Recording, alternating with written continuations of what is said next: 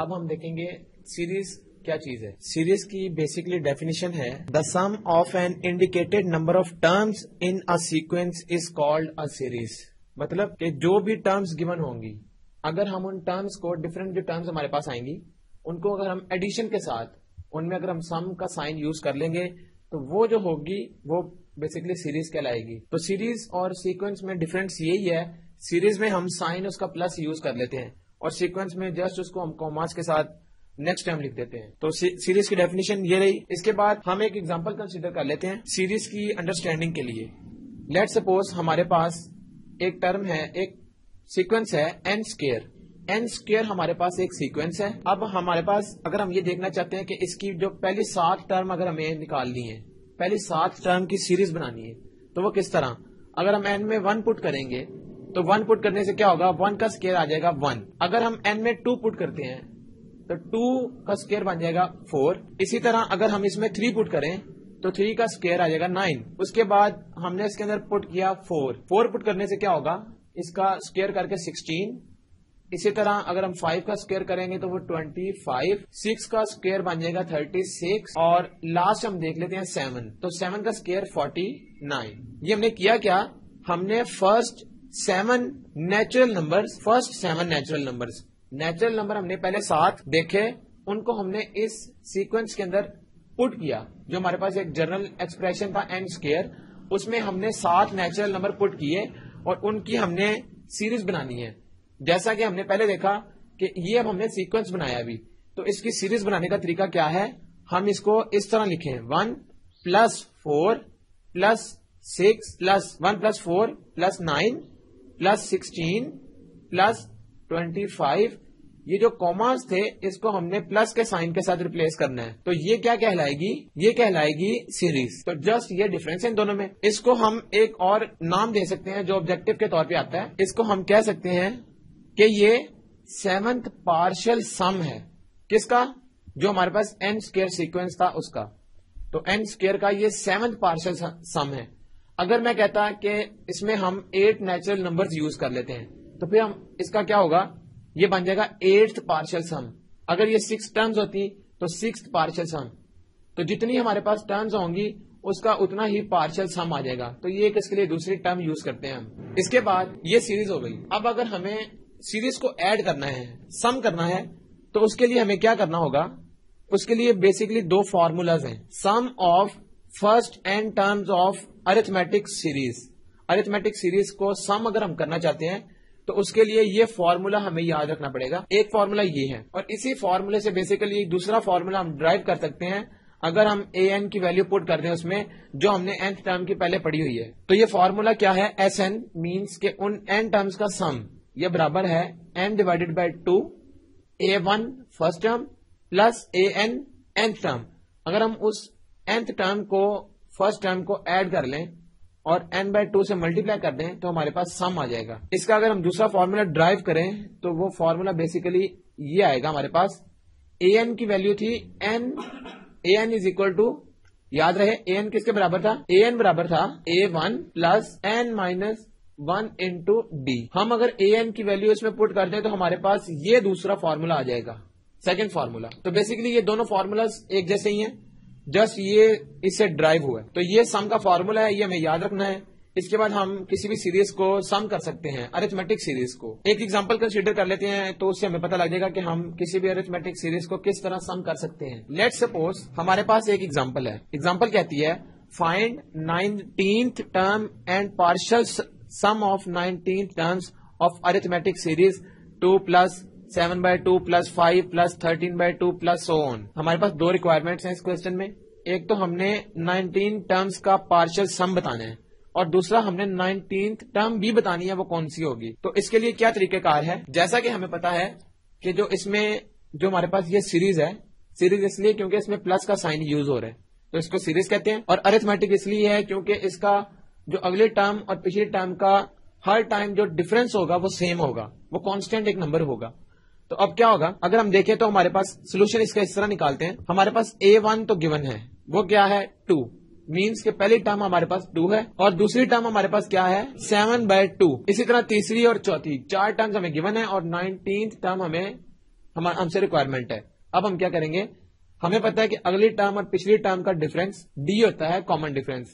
تو ڈی کس کے برابر آئے گا, 7/2 مائنس 2, اگلی ٹرم مائنس پچھلی ٹرم.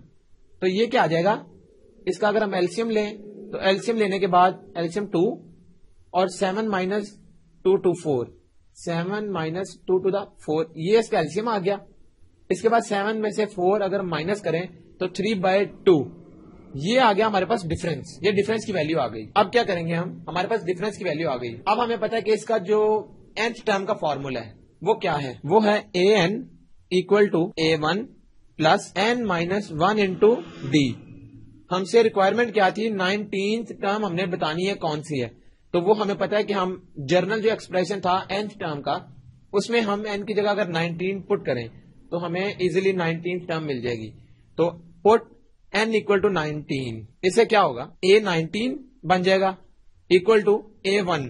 a1 ہمارے پاس تھا 2 پلس n کیا ہے 19, 19 مائنس 1 برابر ہے 18 کے, اور d ہمارے پاس ہے 3/2. اب جسٹ اس کو سالو کریں گے تو a19 کی ویلیو آ جائے گی ہمارے پاس, وہ کیا آئے گی 2129, 18 آ گیا.